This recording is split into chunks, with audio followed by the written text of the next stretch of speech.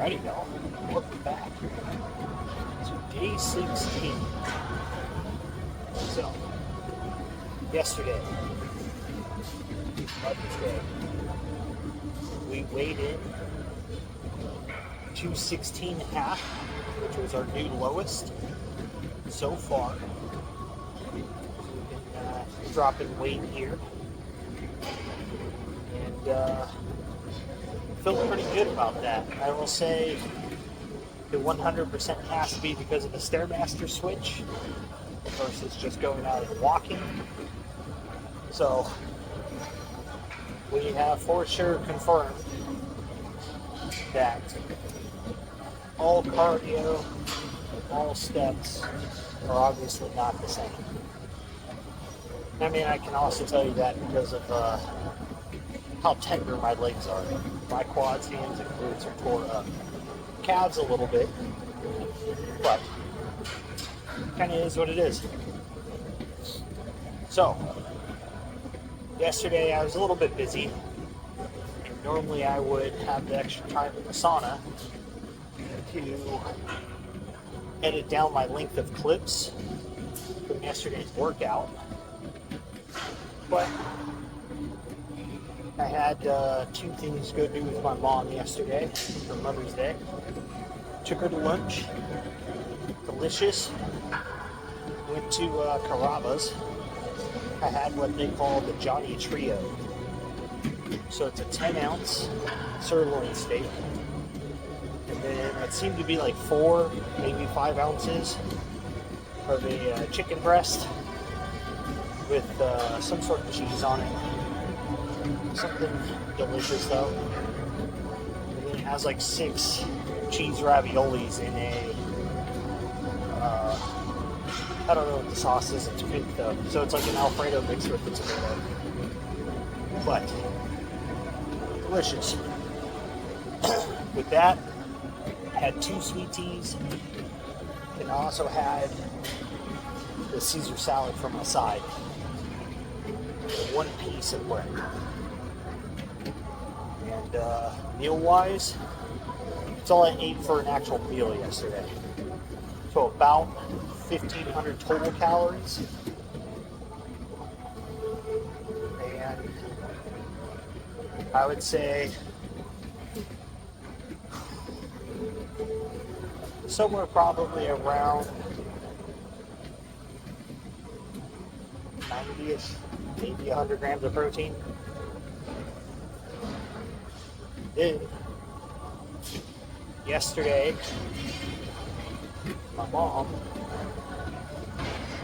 wanted me to eat a little more on, per se, her diet. So she wanted ice cream, basically for dinner. I did not object. So I took her out for ice cream. There's this delicious ice cream shop down the street from my house called Brewster's here in Lakeland. If you're in the area, give it a try. It's amazing. But got a quart coffee ice cream for myself. That's what I had last night. Knowing I'd probably wake up heavy this morning, right? Well, I guess it was time for a cheat meal. So I woke up this morning, 215.9. Down another 0.6 pounds. So, not all cheat meals are bad cheat meals.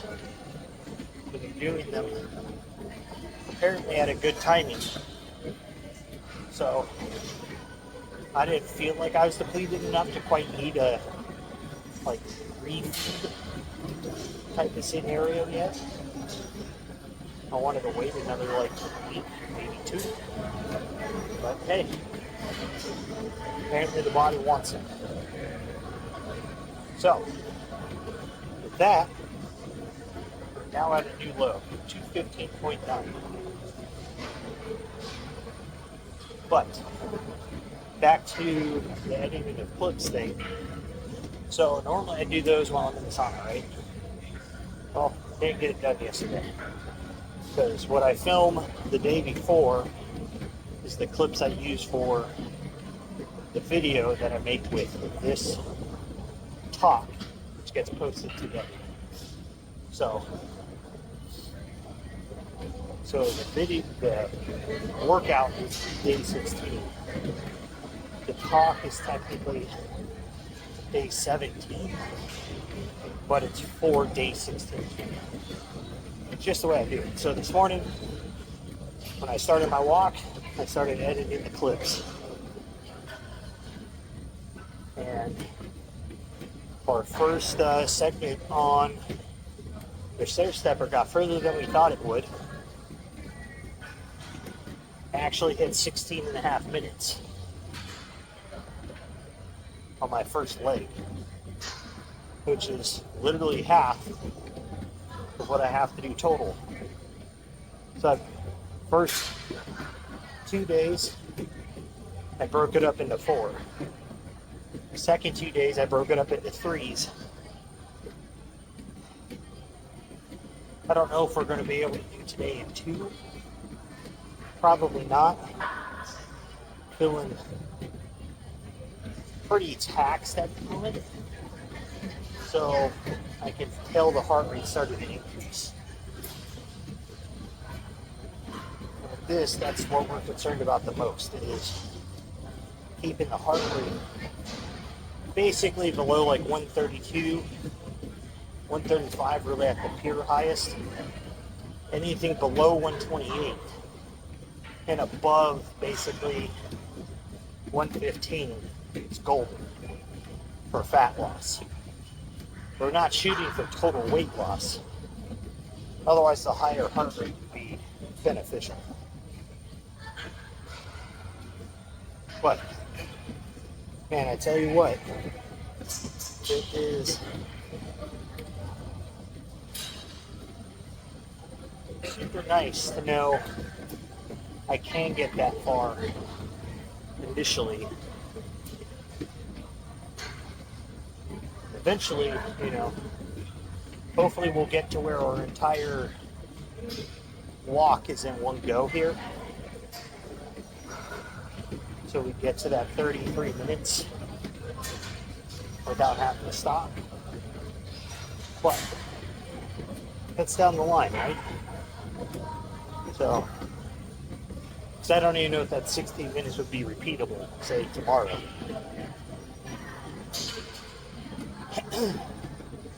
But either way, we're still getting stuff done. So that's how we're going to look at it. I think we are going to break this last part up into 2 still. So 16 and a half is half. 8:15 is a quarter. So to break up the second half is 2 8 minute 15 second squirts. We just hit 8:15. So we definitely making progress. Now, one of the things we can kind of talk about too is just making sure you're being honest with how you're tracking the food, the cardio you're doing, being accountable, right? Because I definitely could have ate more last night, but I didn't, because I already knew I was eating. And I knew that it may or may not affect my energy this morning with what I already ate. But because I'm trying to make sure that I'm staying basically within my range, right? And if I have a refeed or a cheat, I'm allowing basically 500 calories over what my current deficit is. So it would technically be maintenance day, right? Like I still came in, did my cardio yesterday morning, went to lunch, went home, got ready, still came in, lifted, put in a hard, solid chest and tricep day yesterday. So I still did everything else I'm supposed to do. And that's one of the things too, is like just because it's going to be your cheat day, your refeed day, or your rest day doesn't mean that you cheat on your workout or you cheat on your cardio, or your rest day means you take a break from your diet. Like, you can only change one of those in a day and allow it to be beneficial. If you just throw the whole day away, you can throw away an entire week of progress, if not 2 weeks of progress, because you just wasted the last week that you made. And then it's going to take you a week to just get back to where you were. So it took you 2 weeks now to make up for that one day. Because you skipped all 3 segments. 4 if you mess up your sleep. To just enjoy a little bit of dopamine stuff, right? Because that's what you're really getting from the cheat meal, or not resting and going out and partying possibly, or whatever. Right? You're choosing the mental dopamine rush over discipline. So you got to make sure you're keeping yourself accountable. For me, doing this as a running vlog type of spiel, for what we're doing for 146 days trying to get to competition, you can't really mess up your accountability, right? Like, people are going to know if you're cheating, if you're not putting in the work, if your sets all of a sudden are 50% lighter, if you're only doing 5 reps instead of 15 reps. Like, they're going to see it as you're posting. So that's one of the things that I think a lot of fitness influencers lack, is transparency of what they're actually doing. They're trying not to do that. So I want to take that route, like Seth Rose. So Seth doesn't post every day, but he's very accountable to himself, people around him, what he's doing. He says what he's doing. He just launched that app of his, and I think it's WHMF. This is that Work Hard Motherfucker, or Hard Working Motherfucker too. So it might be WHMF. Don't remember exactly. I just know it exists, and within his app, he was saying he's going to do his weekly, kind of like vlog update, Q&A type of stuff. So that keeps himself accountable to not just himself, but to others. Then you have like Sam, for example, who posts every day. He tells you what he's eating. He tells you what he's going to work out. He shows you that he's working out. He shows you what he's eating. He shows you he's doing his cardio. Like, he's very transparent, and I think that also too is why some fitness industry people dislike him, right?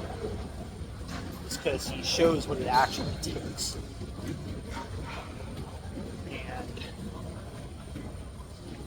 I don't think a lot of people like that, because then it shows like, the programs they're trying to sell you is a lie. Because their programs aren't that intense. Their programs aren't that strict. So it's one of those weird things, right? Like, the more the fitness industry becomes transparent, the more you realize, like, once you achieve like a flat stomach and your VO2 reaches a certain point, you hit a certain point of strength, like, the return on investment diminishes greatly, right?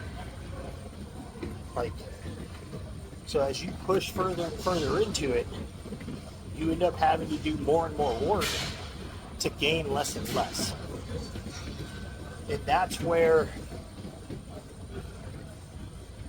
a lot of people will never push to. And in reality, like, they kind of don't need to, right? That's already beyond the healthy point. But you can get to a healthy lean basically, say you're 100 pounds overweight, you could be a healthy lean if you're really getting after it, 12 months.